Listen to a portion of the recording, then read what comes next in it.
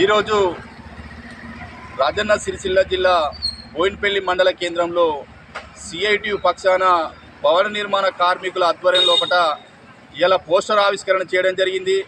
మరి పోస్టర్ ఆవిష్కరణ ముఖ్య ఉద్దేశం ప్రతి 3 ఏళ్లకోసారి భవన నిర్మాణ కార్మికుల మహాసభ జరుపుకుంటాం కాబట్టి ప్రతి 3 ఏళ్లకోసారి అదే సందర్భంలో ఈ నెల 15వ తేదీన రాజన్న సిరిసిల్ల జిల్లా కేంద్రంలో కొత్త బస్టాండ్ ఆపోజిట్ వాగొట్టు సమీపాన ఆర్ఎంపీ భవన్లో మహాసభ ఏర్పాటు చేసుకోవడం జరుగుతుంది.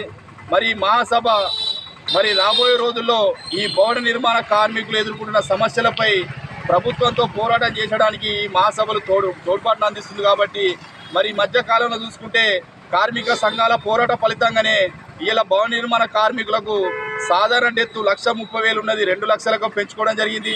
అలాగే యాక్సిడెంట్ డెత్ 6,30,000 ఉన్నది ప్రభుత్వంతో పోరాటం చేసి 10 లక్షలకు పెంచుకోవడం జరిగింది.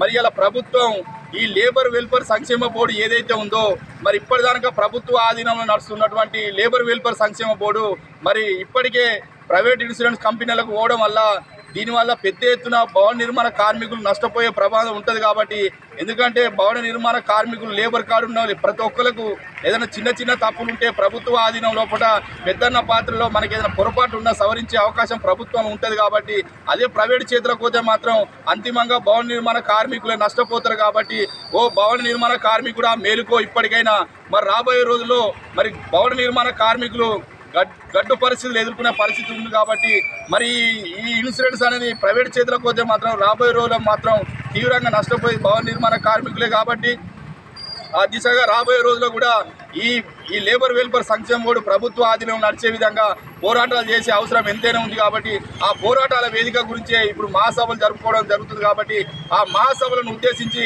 రేపు 15వ తారీఖు అనగా సోమవారం నాడు ఉదయం 11 గంటల వరకు ఆర్ఎంపీ భవన్ వాగొట్టు సమీపాన కొత్త బస్టాండ్ ప్రాంతంలో పెద్ద ఎత్తున ఈ మండలం నుంచి జిల్లా నుంచి భవన నిర్మాణ కార్మికులు పాల్గొని ఈ మహాసభ